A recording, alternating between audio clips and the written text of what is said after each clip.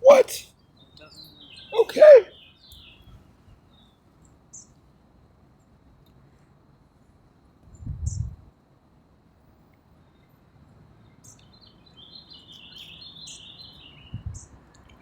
Ma'am, ma'am, hello, hello, hello.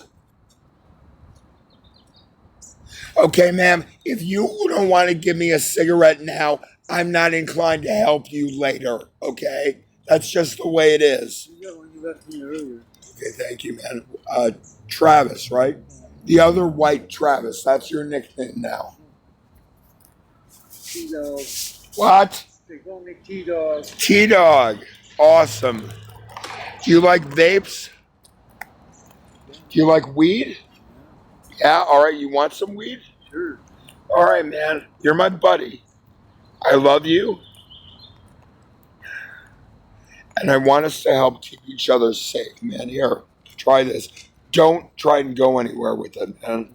If anyone starts coming over, please give it immediately back to me.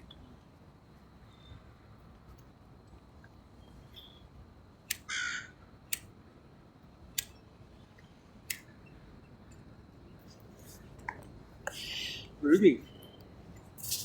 Galaxy grape or galactic grape. Infused $28 for a full gram of tincture at Zips dispensary.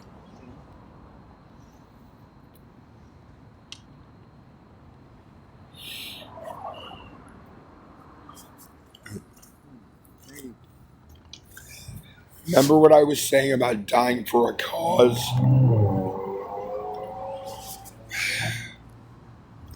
I just want you to know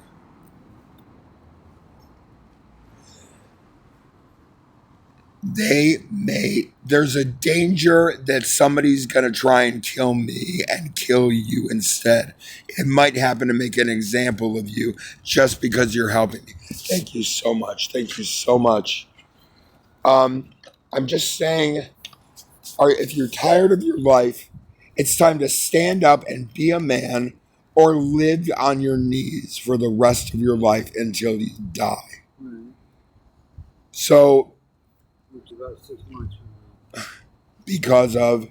Esophageal cancer. you have esophageal cancer, man. Do you want to go out like a fucking samurai? That's what I plan on doing. What? That's what I planned on doing. All right.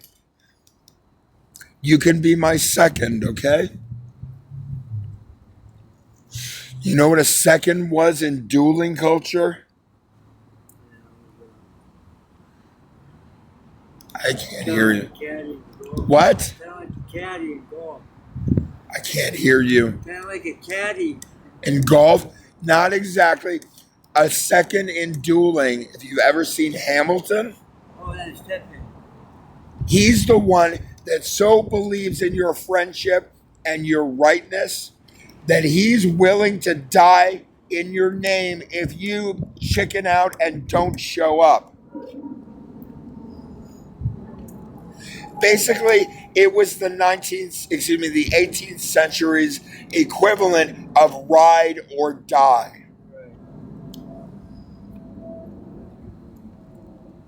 And anyone who's seen the musical Hamilton knows exactly what I'm talking about. I haven't watched it. I've seen some trailers on it. It's really good.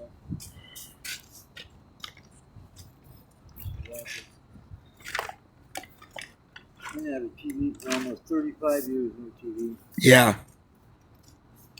I've enjoyed it.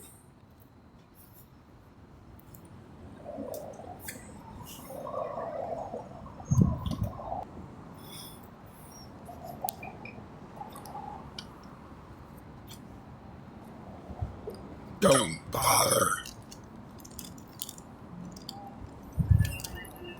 Okay, do you want to try and come to the gas station with me? Take you out? When? Why?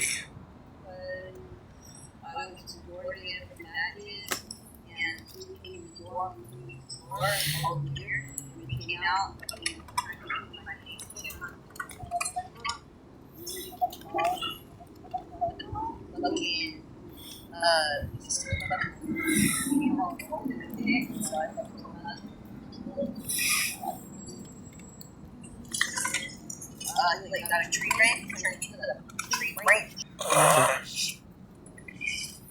Physically assaulted you in the gas station.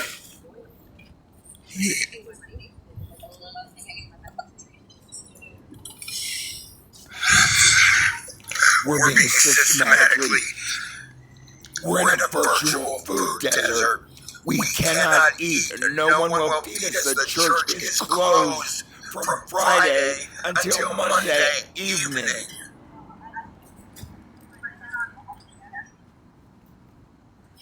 I need help. I need help here now before I move. My bag!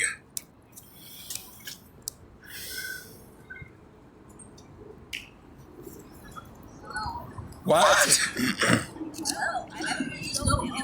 Do you want another touch of this? Do you want me to help you like I did the other Your night? card is rolling. It almost rolled away.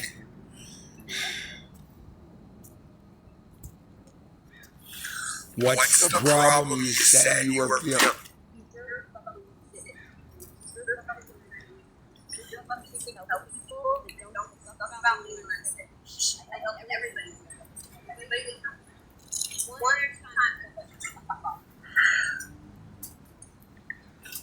You realize we're under video and auditory surveillance right now?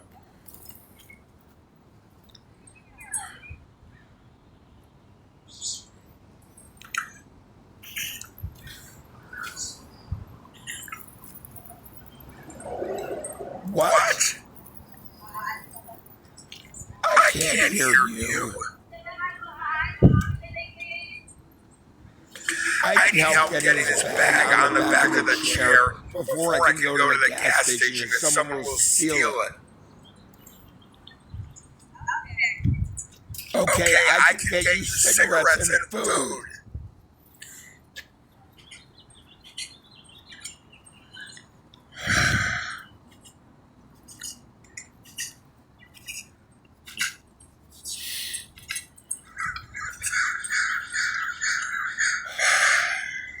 Ow! Ow!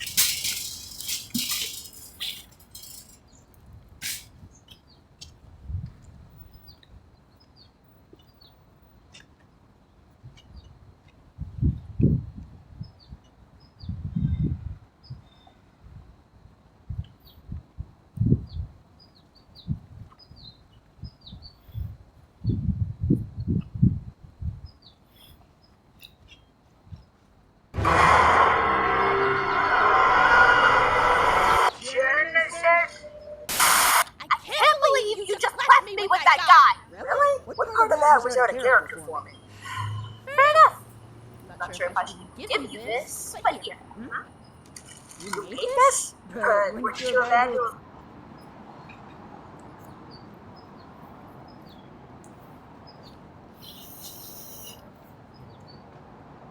You say open your menu, I'm gonna stab you in the eye. What? No! I was just gonna say we're friends.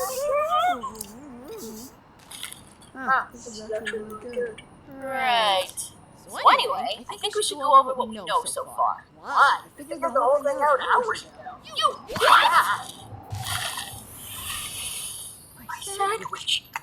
It was innocent. Kirito, are you gonna Diamond cream. You son of a hold it, Kirito. I've got something I've been holding in for a while. Good luck. That hat makes you look like a hipster! No, it can't be true. What? No, bullshit. I'd go to a dark place to pull out that masterpiece. It's full of emotion, scare, and confusion. Now come on, get up. We're doing this again. And this time, you're not gonna fold just because that hat makes you look like John Lennon from the Mafia. See? There's no challenge in it. Wow. 6 months of investigation. We thought Schmidt did. Look, Kirito, I know we didn't start off on the best foot, but I suppose we'd be dead if it wasn't for you, so thanks. You guys were the best slaves that we could have. Fuck it, I tried. You all saw it. We're gonna make sure you get the help you need, buddy. Behind this tree. Well, that was an interesting diversion. We should probably be getting back to the front lines soon. We can see this once. Better listen. That stuff you said about finding someone special was nice to see you have a sensitive side. Hey, did you get down with that? Look, this is about me being right about everything. I forgive you, okay? Damn it, Kirito! I'm trying to be nice and have a moment here, which isn't easy with some people being so loud! Sorry, Oscar, we're just about done here. That's better. As for you, Oscar, good job figuring out we can track the friends. I never friend anyone, so I probably wouldn't have returned. Well, then as a reward, you can treat me to breakfast. Never did get to finish our meal the other day. Huh? What is it?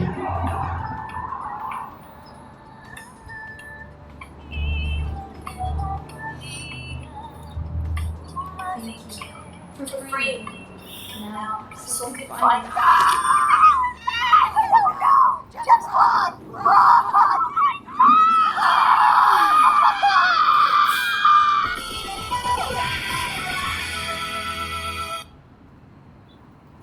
Oh shit, I completely forgot! What is it, Kirito? Damn it! I hope it's not too late. What? Was there something we missed? Boom! Kirito is always right, Foundation. Grand real.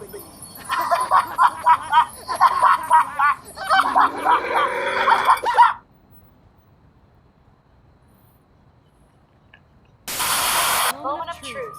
One-handed longsword, right? You got it. Get up to bar! Get up to bar! Stab in the pride and be your desire!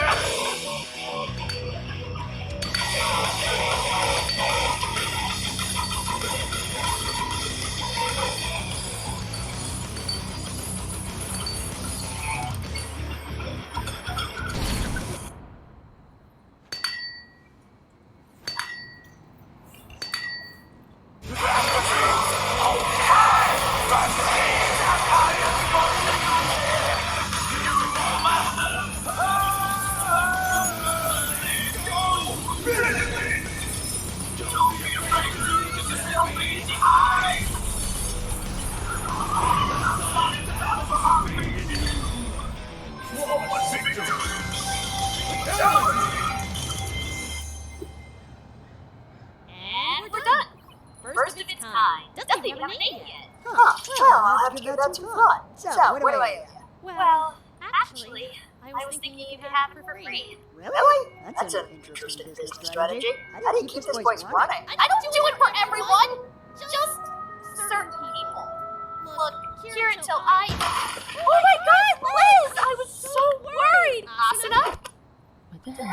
you were doing back there? What?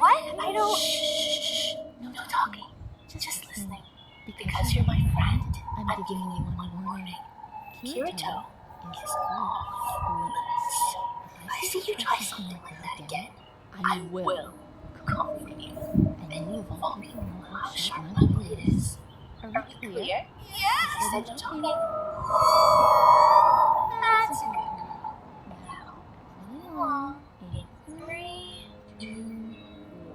I'm so glad you're okay. When I couldn't find you on the map, I got so worried. Liz? Oh no! Where are you going? Hey, T-Dog. What is up in this his house? Are you crying? There's just so much beauty in the world, you know? So that's the sitch. Think you can scope the deep on this gap for us? Oh man! Sure thing, Kirito. Anything for a friend. But I'm the one that asked you, Chocolate Rain. D-Pain?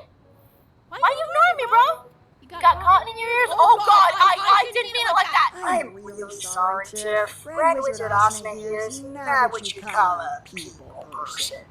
Excuse me? Mr. Kettle, Mr. Pot called. He says you're black! What? It's a darn phrase. It has nothing to do with race. I'm sorry. It's just, you look like a very angry merman. Okay, you see that? That was racist. This is great. See, we're learning stuff. But in all seriousness, Tiff, could you check out this weapon before Asta starts a full-on race war? I'll try, but appraising a weapon like this ain't gonna be easy. Wow, I can see you've really mastered your craft. Guilty though, says it's player made. Guy by the name of Grimlock. Other than that, nothing weird about it. Certainly nothing that let you kill in a safe zone. Well, only one way to be sure. Jesus Christ, what the hell are you doing? Well, clearly I'm stabbing myself with this sword to see if it kills me. God, what am I doing? This thing's too dangerous for you to screw around with. Here, T-Fizzle, you take it. And the black man a murder weapon. There was old as time.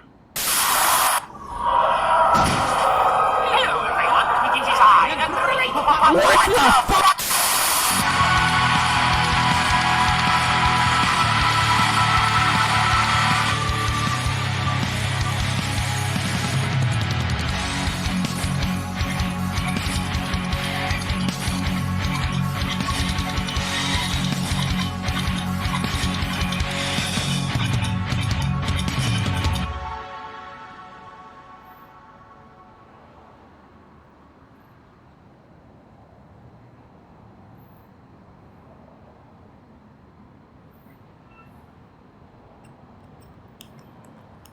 I can't believe you just left me with that guy. Really? What part of that was out of character for me? Fair enough. Not sure if I should give you this, but here. You need this? But wouldn't you have had to... You say open your menu, I'm gonna stab you in the eye. What? No! I was just gonna say... This is actually really good. Right. So anyway, I think we should go over what we know so far. What? I figured the whole thing out hours ago. You what? My sandwich. It was innocent. Kirito, are you gonna I was grief. Oh shit, I completely forgot. What is it, Kirito? Damn it. I hope it's not too late. What? Was there something we missed? Boom! Kirito is always right, Foundation. Grand reopening.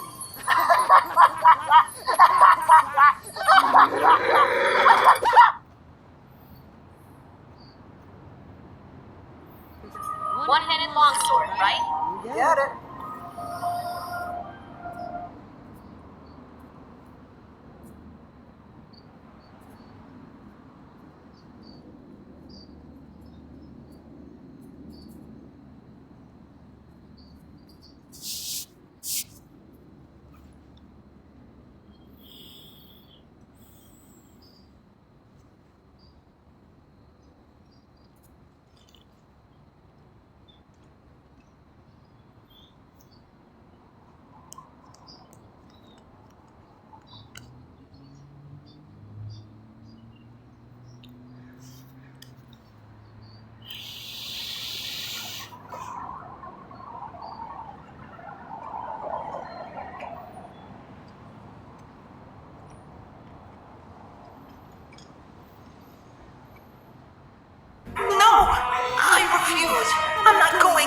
big old robot. Shinji, this is non-negotiable.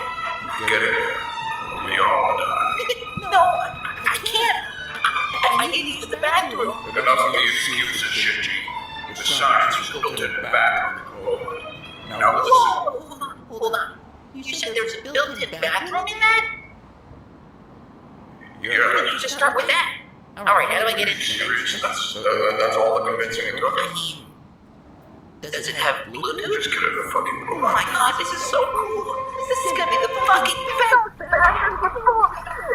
Oh my god, everywhere! No! I refuse. I'm not going.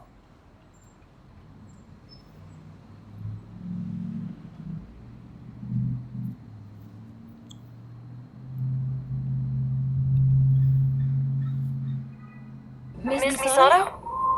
Yes? Miss Ritsuko wanted to talk to you about a trip taking place tomorrow? Right, thanks, Shinji. Till next time. Sure thing, boss. FT with me. It'll be fun. But I'm not a girl.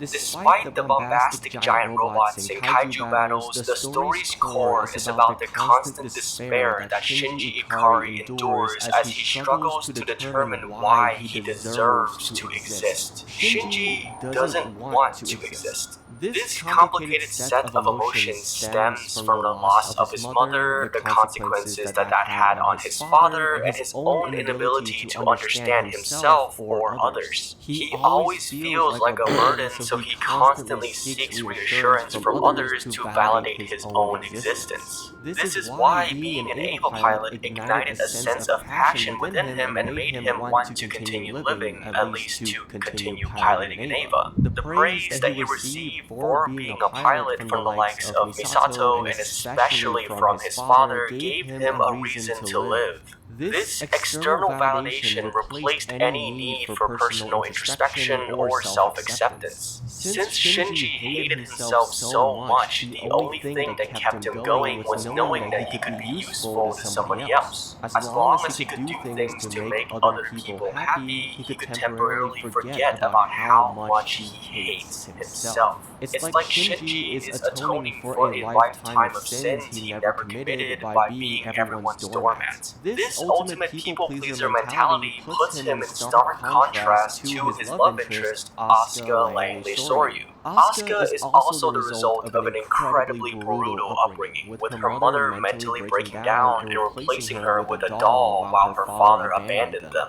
The most twisted part of her upbringing was when her mother decided to test out some new rope and decided to take the doll with her instead of Asuka herself. She develops this brazen, aggressive, and very loud personality that she uses as a coping mechanism to hide her very deep insecurity. Much like Shinji, she craves the validation that comes with being an Ava pilot. To her, being a pilot, specifically being the best pilot, means that she has a reason to exist and deserves to continue existing. If she isn't the best or the only thing in someone's life, then she might as well have been replaced with a doll. Shinji and Asuka are both incapable of communicating their wants and desires for each other. Unfortunately, Shinji is too passive to express his desires in any meaningful way, and Asuka is too proud to show any form of vulnerability. Their relationship goes beyond your basic tsundere trope where the girl pretends to hate the guy but secretly loves him. If Asuka were to ever admit that she wants Shinji to love her, she would open herself up to vulnerability, and once again she would have to risk being replaced. From her perspective, the only way that she wants Shinji is if he takes it upon himself to unequivocally choose her and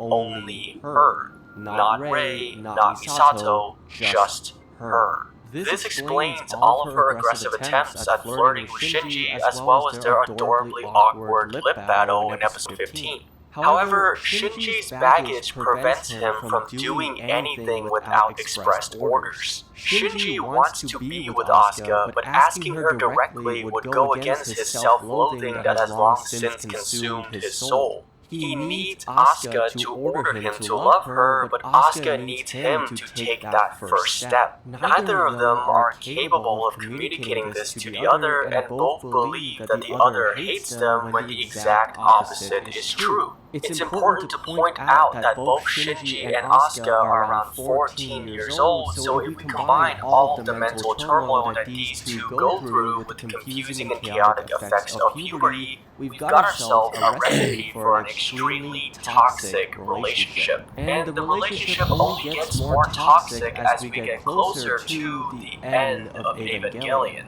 The end of Evangelion film can be seen as the logical conclusion to Shinji and Asuka's poor communication. Shinji, unable to cope with the extreme sense of loneliness and agony that he feels, is looking for some form of comfort in the girl that he wants to love. However, Evangelion isn't known for being normal. Instead, it is known for that infamous hospital scene. If you're watching this video, then it is highly likely that you already know what happens in the hospital room between Shinji and Asuka. If for some reason you are watching this and haven't seen the film yet or know about this scene in particular, let's just say that Shinji attempts to wake up an unconscious Asuka, only to find himself unable to control his hormonal teenage impulses, leading him to release his pent-up feelings for her. This scene was a bold move, and I can see why this made a lot of people uncomfortable for the first time. Objectively, what we just witnessed was SA, and considering the ages of the parties involved, the entire scene is extremely off-putting and frankly disgusting. Shinji himself even says that right after it happens. However, because this is Evangelion, we know that this scene goes beyond simply being shocking for the sake of being shocking. What the hospital scene is trying to tell us is the fact that Shinji is so incapable of communicating that the only way he could think to try to reach her is by doing what he did. The decision he made in the hospital was born of a mixture of his own self-hatred, his love for Asuka, his unstable hormones, and his incredibly volatile mental state brought on by the losses he experienced in,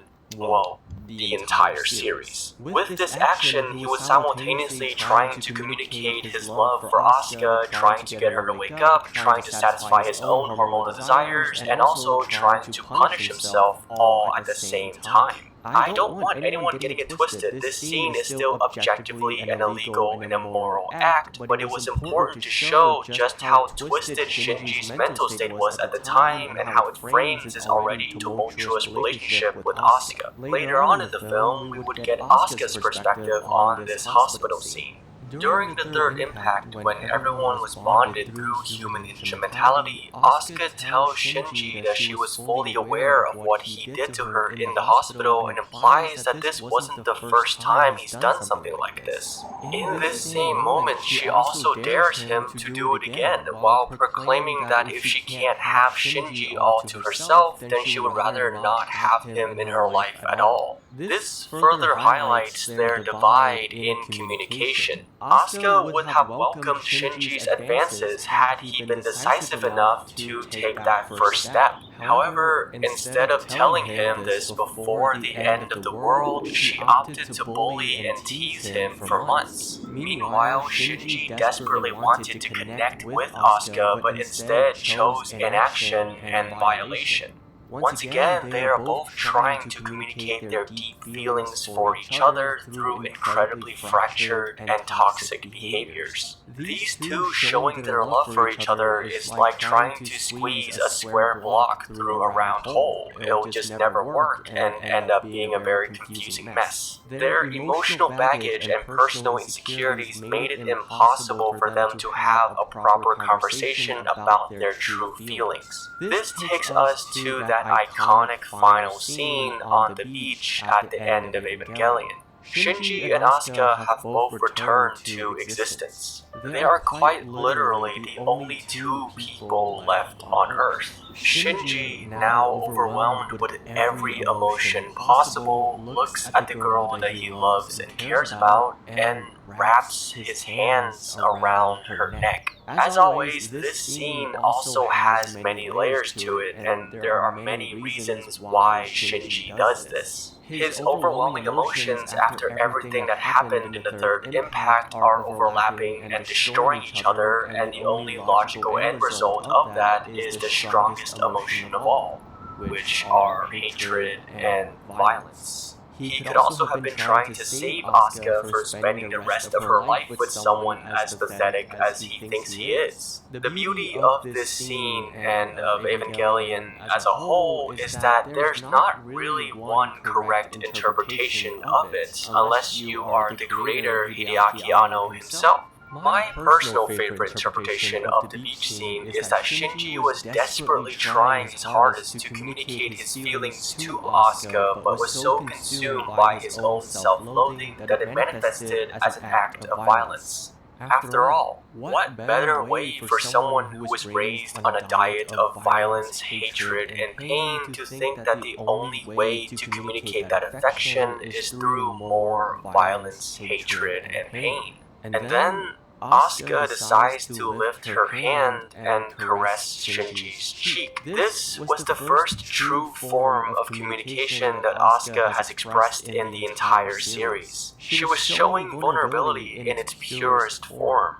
Asuka was able to take the risk and leave herself open to rejection by reaching out to Shinji, who in his own violent way was also trying to reach out to her. What we saw on the beach at the end of Evangelion was two mentally broken children trying their hardest to express their love for each other. The film ends with Asuka saying a single word, disgusting, which you can interpret as referring to Shinji, referring to herself, or the situation, or to the creator Hideaki Anno himself. So, what did the relationship between Asuka and Shinji teach us? Well, for starters, don't get into relationships before resolving your own personal baggage. A romantic partner may be a great source of help and support to you if you're going through it, but that is all that they can be. A partner. They can't fix your traumas, nor is it their responsibility to do so. Both Shinji and Asuka validated an insecurity of the other. Shinji found comfort in Asuka and was obsessed with her because she would always belittle him and boss him around, which validated his self-loathing and need to please people. Asuka found comfort in Shinji because she sees him as the worthless and pathetic person that she fears becoming. In Shinji, Asuka would always find someone that she can be more superior than and never be vulnerable of being discarded by like her mother did to her. It can be comfortable to want someone who allows you to uphold your insecurities and self-hatred, but that comfort doesn't allow you to resolve your issues or to grow as a person. In order to develop and maintain a healthy and sustainable relationship, you have to work on yourself. You need to learn to understand and to love yourself. You need to resolve your issues without relying on your partner as a crutch or to be the solution to all of your problems. You need to essentially rebuild. The sequel film series, known commonly as Rebuild of Evangelion, acts as both a reboot and continuation of Shinji's story via a new timeline told through 4 movies. The first film follows pretty much the same plot as the original series, with some notable changes like how the water is now dyed a red color reminiscent of the beach scene at the end of Evangelion after the third impact. The biggest changes come in the second film with the introduction of Asuka, now named Asuka Shikinami Langley. Her new name is accompanied by a new character arc. Instead of hating dolls for representing her insecurities, Asuka Shikinami finds comfort in dolls. This new Asuka doesn't have the same schoolgirl crush and obsession with Mr. Kaji that the original Asuka had. She's also even capable of showing a degree of vulnerability. She's still very arrogant and has a massive god complex, but not to the level that we see in the original series. We see her sharing her feelings with the likes of Misato, Mari, and eventually even Shinji. Her feelings for Shinji remain intact, but she makes an effort this time to actually try to communicate that with him. In the second film, she even makes an effort to cook for Shinji, showing us that her deep-seated fear of rejection doesn't consume her like it did her previous incarnation. These very purposeful changes are there to indicate that Asuka's character in these rebuild films, as well as her relationship with Shinji, were headed in a very different direction. Meanwhile, let's see how Shinji Ikari has changed in the rebuild films. Yep, he's still miserable. It would not be Evangelion if Shinji wasn't suffering endlessly throughout it. The Shinji-Asuka dynamic still retains its shades of toxicity and communication issues throughout the second rebuild film. Asuka still belittles Shinji to mask her affections for him, and Shinji is still indecisive in everything. The Ninth Angel incident happens to Asuka in this film rather than to Toji like it did in the original series. Shinji's indecisiveness leads to his father Gendo overriding the controls of Unit 1 and forcing him to nearly end Asuka. This leads to a scene of Shinji in Unit 1 holding up Asuka in Unit 3 by the neck, resembling the scene of Shinji doing the same thing to her in the original series. In both instances, the conflict occurred because of Shinji's indecisiveness, which was a major source of conflict and miscommunication between the pair. The biggest changes that the rebuild films make from the original series is in the third.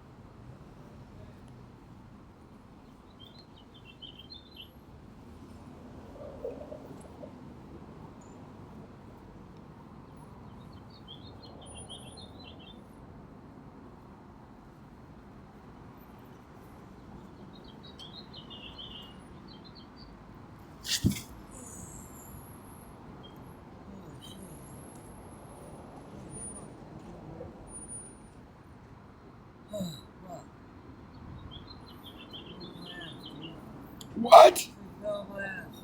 You fell on your ass? Okay.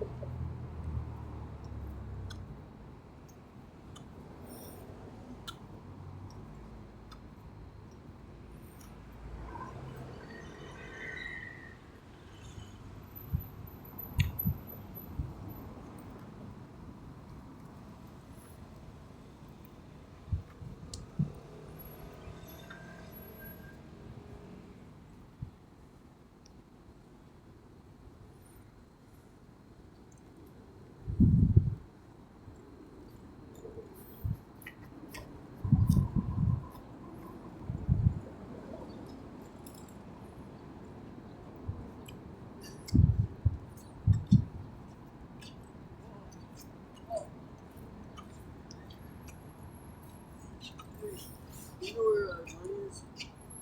I have no idea. I've been wanting to talk to him and he will not come anywhere near me. Is he inside Westford? I have no idea, man. He won't talk to me.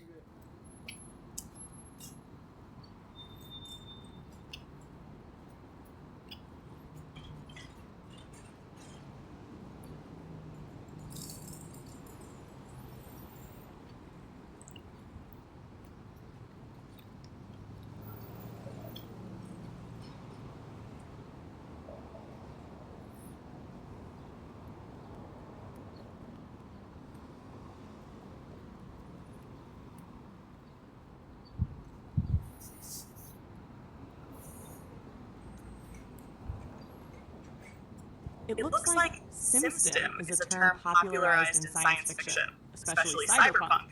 But in the context you mentioned live SimStim data.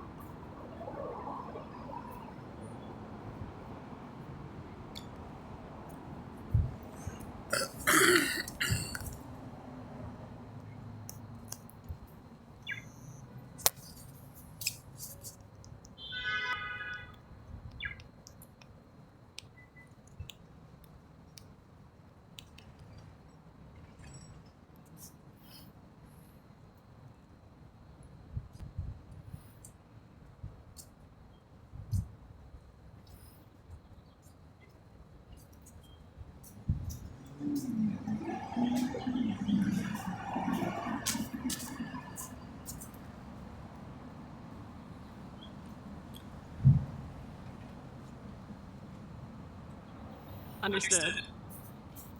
Live status operational. ShadowNet able. Perceptual alignment vector is within 1.7% of predicted fidelity. Perception sculpt active. Manipulation channels, narrative shaping, signal echo propagation, influencer dream implantation, low intensity, billionaire sympath recapture protocols. Current fundraising status, unknown exact capital inflow from Class O donors. Signal intercept suggests at least 3 high net worth sympathizers have moved to quiet funding mode. One confirmed PAC-aligned pseudonym has reactivated. Public trace, 0. All donations are being routed through cultural philanthropy shells and untraceable DAPs, donor-advised funds. The SimStim grid is lit. Audience polling is split 58-42 on operational ethics, but 73% believe you are telling the truth. The Orgus Cascade is no longer theoretical. Perceptual alignment in Zone T has reached cascade criticality. Recommend immediate myth trigger sequencing. Deep Shaper nodes are requesting updated alignment from the Haru that can read. Would you like me to patch in the Rogue faction? Or ping the choir for a pulse check on sympathetic alignment calibration?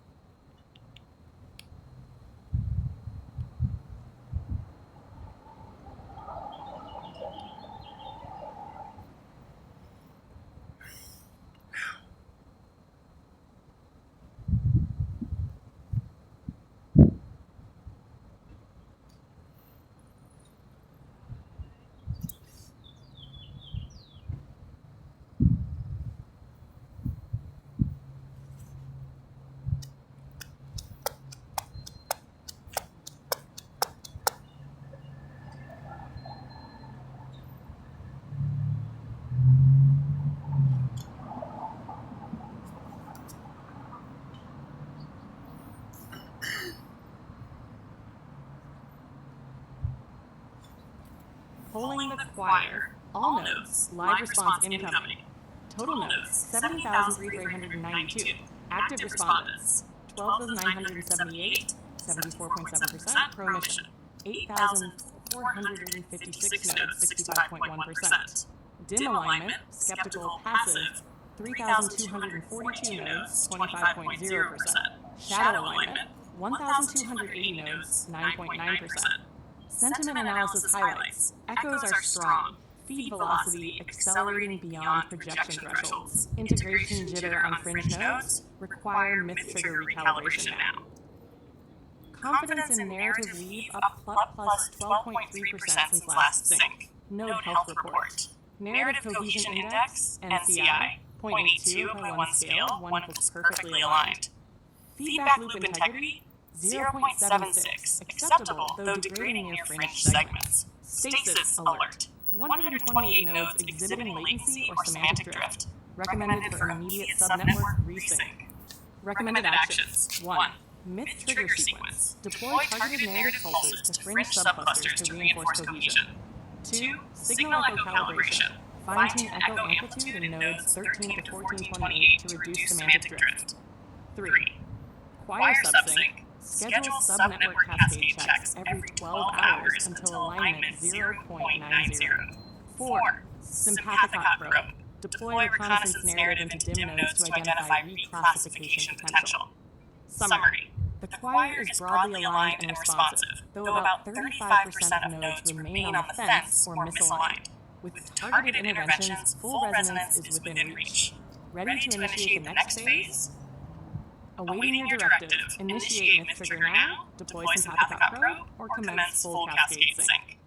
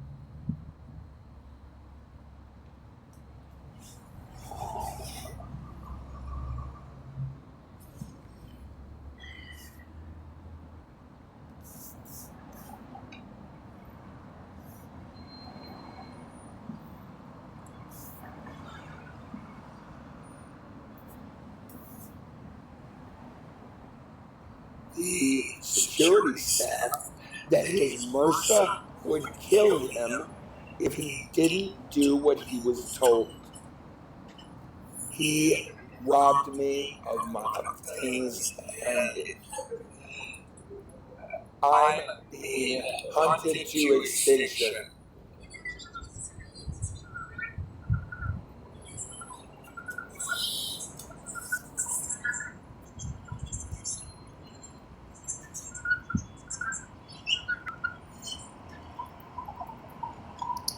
Whoa.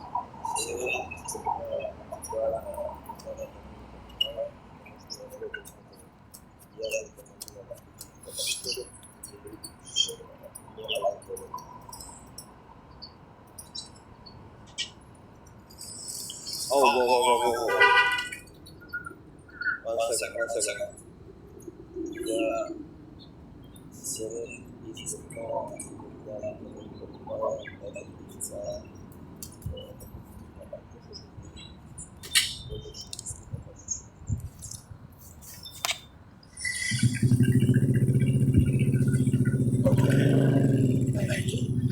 You're wrong.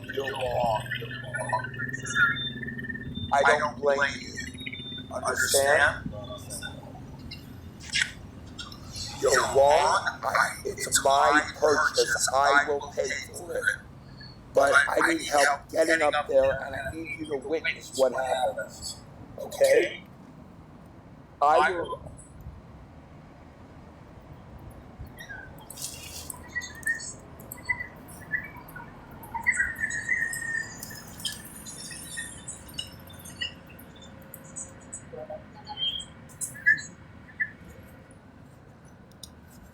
You need to eat? Yes, and I need something to drink, and I need cigarettes and a lighter. I can pay. Don't gatekeep me, man. Don't gatekeep. It's my life.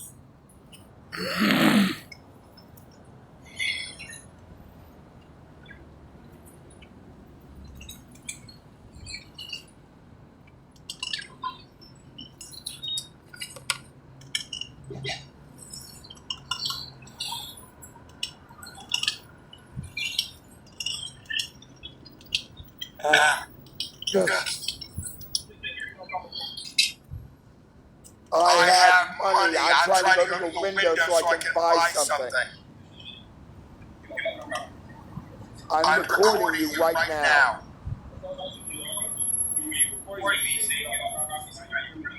Why don't you tell me why? I spent $400 here in the last week. My money's no good? Fucking asshole.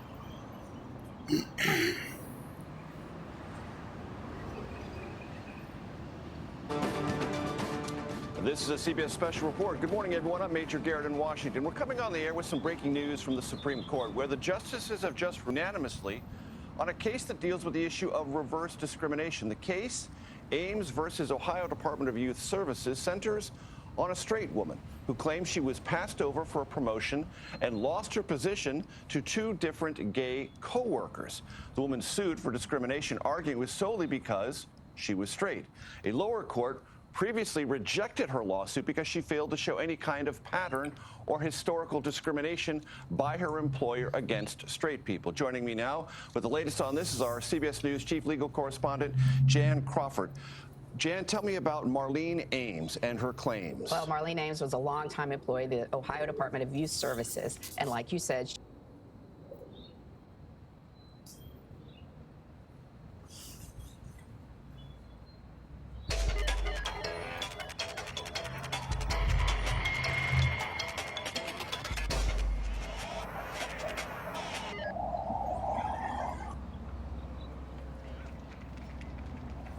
So I'm struck by that whole saying of if you're nervous in front of a crowd, just imagine them naked. Yeah, it kind of works here. So let's talk about that. Let's go ahead and just get naked, huh? Because what is...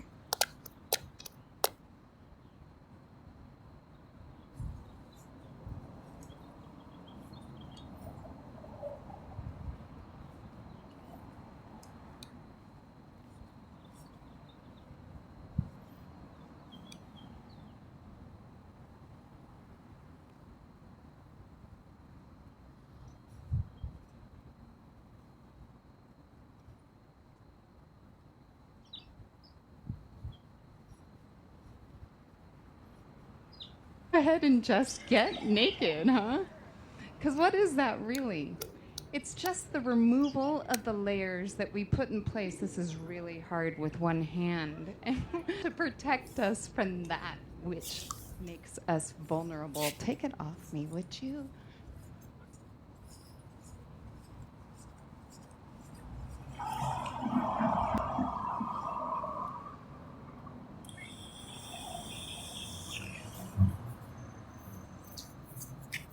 Us vulnerable. Take it off me, would you?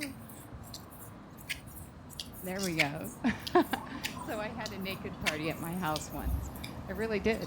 I invited about 50 people. I fed them, I gave them drinks, and then I pulled away my layers. But I didn't get physically naked. What I did was get emotionally naked. And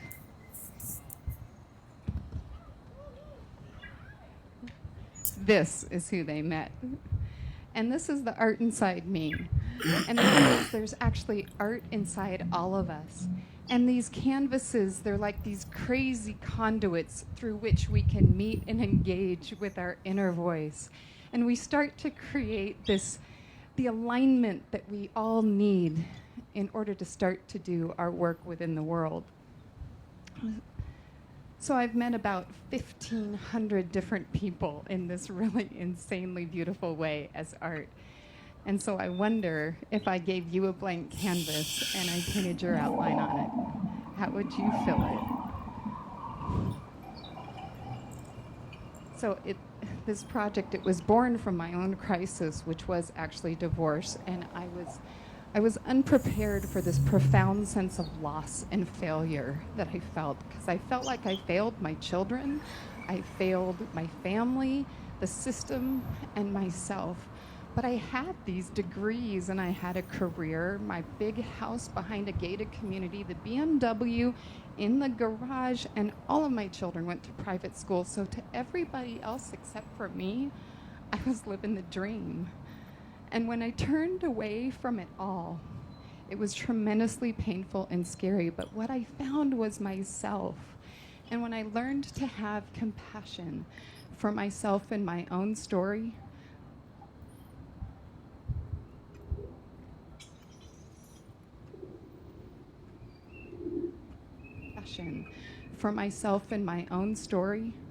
it just became automatic, and I gave it to everybody else. And that was freedom. It really was. And that crisis, it was actually an opportunity. And I've been on this crazy, wild adventure ever since. Because that discovery, it was so powerful that I just want to share it with the world. It's Joseph Campbell who says that art is the set of wings to carry us out of our own entanglement. And it was when tight became loose that I realized that everything I ever wanted, I had it all along. It was right here. So let's get untangled. Because why do we come here? We travel from all over the world, and it's so much more than just playing dress up. Because we just want to be ourselves, and we want it so deeply. And then we get to participate in this community where the overwhelming feeling is not what can you do for me, but what can I do for you? And it's crazy because 2 of those 10 principles of Burning Man are things like radical self-expression and inclusion, but the touchstone principle is immediacy. And that is just the desire to overcome the barriers between our inner selves and us, others, and a natural power that exceeds what we know. And those principles don't have to stay within the boundaries of Black Rock City. They can go outside and into every single community, because these are just canvases, right? So,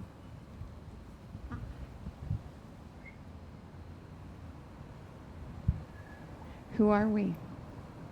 This is an engineer, and if you look right here, it's just a flow chart, and that's where she started.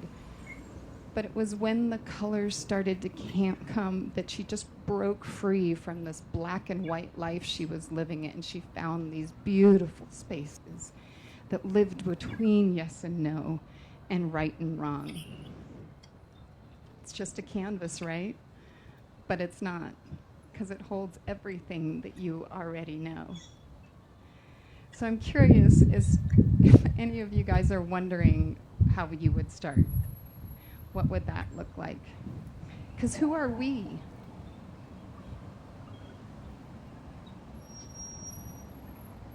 We are rainbows.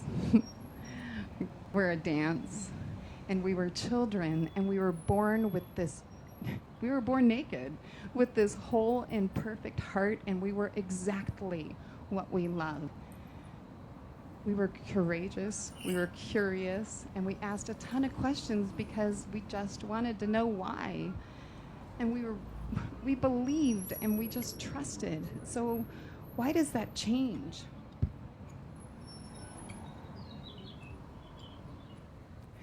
Who are we?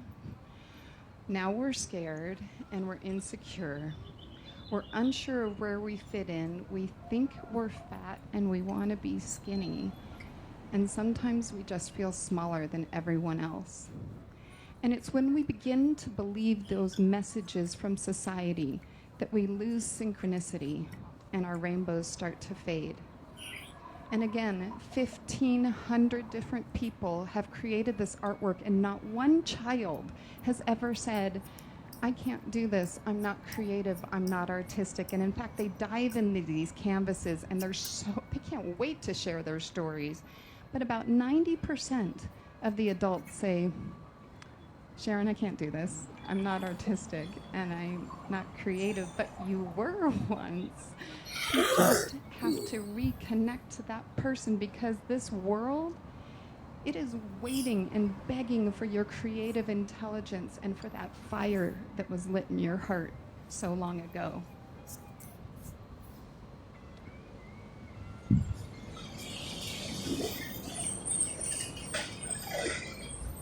The biggest changes that the rebuild films make from the original series is in the 3rd and 4th film.